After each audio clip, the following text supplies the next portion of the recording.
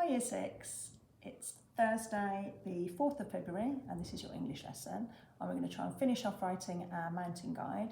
I found a lovely section in this lovely book which we would have looked at if we were in school, and this shows you all the things that you might like to include in your first aid kit. We'll zoom in on this in a minute, but it just shows you how if you're writing this type of text you can really make it look much more attractive to the reader by having different sections, little diagrams, little pictures. So I just want you to see that. I'll just pop it down here. So we're going to carry on, and obviously you've got all your different sections hopefully now that you've been writing about. So you may have a first aid kit section. I mean, here look, you need things like plasters, obviously waterproof. You may need some sort of bandage, dressings. What else we've got here? Antiseptic wipes, very handy. Safety pins, definitely gloves, scissors. Some sort of antiseptic ointment that would help there if you got some sort of little insect bite or something like that. Insect bite cream you might need as well. So all sorts of detail and things that you might need in your first aid kit. Okay. Now, next section that I want us to write is how to pack your backpack. So this is really important, okay? So where you pack things in your backpack. So obviously you don't want something super important at the bottom of your backpack, okay, like your plasters or something, because you might get blisters doing all that walking, you might suddenly get an insect bite. So obviously your first aid kit needs to be somewhere like on the side in a little compartment here, just basically easy access. Things like your spare clothing can go right at the bottom, or maybe your cooking utensils. So over here it shows you cooking utensils here, they might be able to go lower down in the backpack, okay? So I've used alliteration again. I've called this section that I'm doing perfect packing, okay? So I'm going to write a crucial part of a successful mountain climb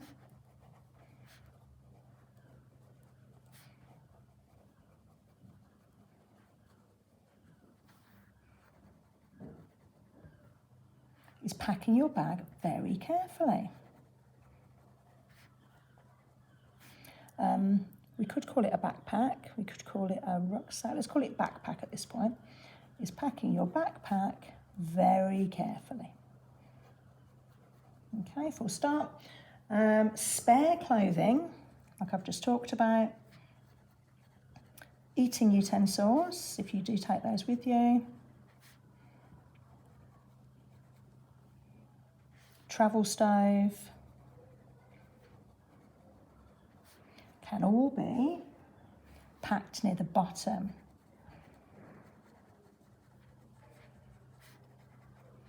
Near the bottom of your bag.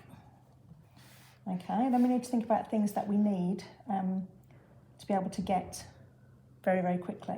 Okay, so things like your waterproof coat, for example, you might need that quickly. Like I've said, the weather can change quickly on a mountain. Okay, so we're talking to our reader again. Your waterproof clothing or your waterproof coat will need to be near the top in case you need it quickly. Okay, other important things, so things like, if we say insect repellent, plasters, and other first aid items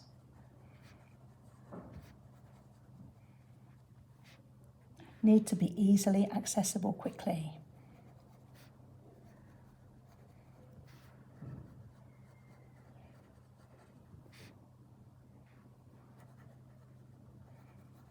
So, should be placed in the side pockets. So this is why you've got to have been very sensible when you were buying your backpack and making sure it had side pockets. So let's just read this back through. So a crucial part of a successful mountain climb is packing your backpack very carefully. Spare clothing, eating utensils, travel stove can all be packed near the bottom of your bag. Your waterproof coat will need to be near the top in case you need it quickly. Insect repellent, plasters and other first aid items need to be easily accessible quickly, so these should be placed in the side pockets. And you can go on and talk about all the different items. So in the guide over here, it tells you where everything needs to be. So your insect repellent needs to be near the top, Waterproofs, they need to be at the top as well, as does your first aid kit. Toolkit, wash kit, these can be in the middle. Tells you about other things. If you're going on an overnight mountain climb with your sleeping bag and your tent, well, those can be right at the bottom, can't they? Because you're going to stop and unpack when you need those. So you could freeze the video to look at that to help you. Or you can also look on the links that I'll put underneath the video. Your final section that I want you to write is what happens when you're actually on your climb. Okay? So, on the hike. When you go on the hike, make sure that you are not alone. Always take someone with you. When you climb a mountain, going up the mountain is safer than going down. So believe it or not, the coming down is actually the more dangerous bit. Make sure you tell someone where you are going, or you write it down in the local visitor or information centre. Staying hydrated is essential, as is keeping warm and dry.